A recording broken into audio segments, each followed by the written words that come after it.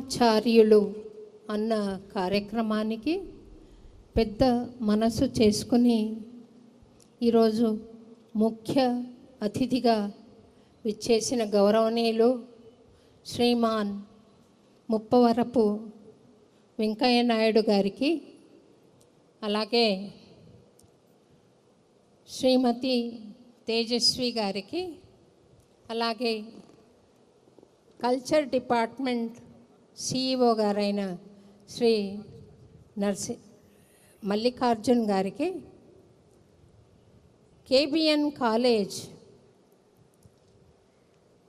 పరిపాలనాధికారి శ్రీమాన్ నారాయణరావు గారికి, గౌరవనీయులైన పెద్దలు మల్లయ్య గారికి, అలాగే సెక్రటరీ గారైన శ్రీనివాస్ గారికి, ప్రిన్సిపాల్ గారైన కృష్ణవేణి గారికి, అన్నమాచార్య భావనా వాహిని మేనేజింగ్ ట్రస్టీ శ్రీ నందకుమార్ గారికి, సభలో ఉన్న పెద్దలందరికీ, మా అన్నమాచార్య భావనా వాహిని అధ్యక్షులు శ్రీమాన్ పిపి రాజు గారికి అందరికీ నా హృదయపూర్వక నమస్కారాలు. మరొక్కసారి యోగులు ఎన్నో ఏళ్ళు తపస్సు చేస్తే కానీ హృదయంలో చూడలేని భగవద్ దర్శనం ఒక్క అన్నమాచార్య సంకీర్తన ఆత్మానుసంధానం చేసుకుని పాడగలిగితే దర్శనం అయిపోతుందండి. ఈ విషయాన్ని తెలియజేశాడు అన్నమయ్య. అంతేకాదు, మనిషి అన్నవాడు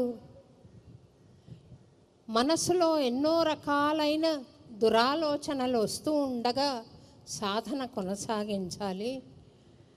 ఆ వ్యతిరేక భావనలు, కామ, క్రోధ, లోభ, మోహాది అరిషడ్ వర్గాలను జయించడం చాలా కష్టం.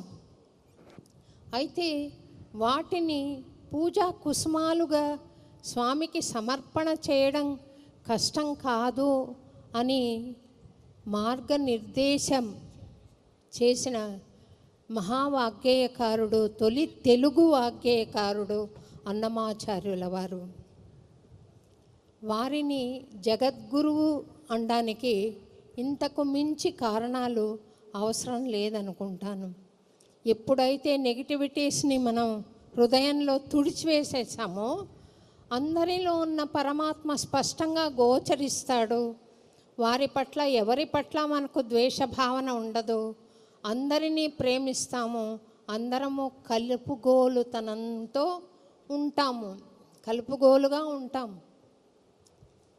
ఈ విషయం తెలియజేసిన, సంగీతం ద్వారా తెలియజేసిన, సాహిత్యం ద్వారా తెలియజేసిన మహానుభావుడు అన్నమయ్య.